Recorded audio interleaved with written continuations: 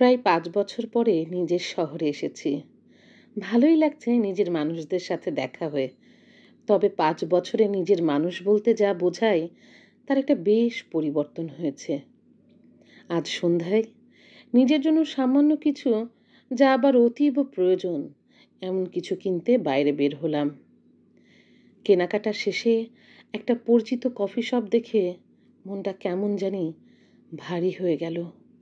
কিছুক্ষণ পর ভাবলাম, স্মৃতির মায়ায় আটকে না থেকে আরও কিছু ভালো স্মৃতি তৈরি করি। আমরা এখানে আসলে সবসময় কফি খেতে বসতাম যেখানে, সেখানে অবশ্য নতুন কোনো আমরা বসেছে। আশা রাখি এই আমরাদয় প্রাক্তন হবে না আমাদের মতো। যদিও আমি আমার বর্তমানকে নিয়ে একই জায়গায় বসতাম না, তারপরেও কফি শপ এক হতে পারে, কিন্তু জায়গাটা পরিবর্তন করা অতি জরুরি। প্রাক্তন শব্দটা খুবই অপছন্দ করি আমি।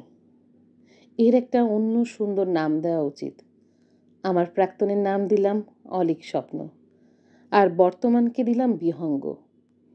এসব চিন্তার মধ্যেই কফি আসলো।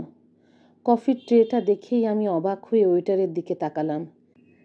সেই হাসি মুখে প্রবীণদা। এই ৫ বছরে একটুও বদলায়নি, শুধু কতগুলো চুল পেকেছে। প্রবীণদার সাথে আমি বিহঙ্গকে পরিচয় করিয়ে দিই। আজও দাদার মনে আছে আমি কফির সাথে পিনাট বিস্কুট খেতে পছন্দ করি। চারপাশে সব কিছু ঠিকঠাক আছে, শুধু অলীক স্বপ্ন নেই। এরা থাকে না বলেই এদের নাম হয় অলীক। তারপর আর কি, বিহঙ্গকে নিয়ে মুক্ত আকাশে নিড়ে যাবার জন্য উড়াল দিলাম।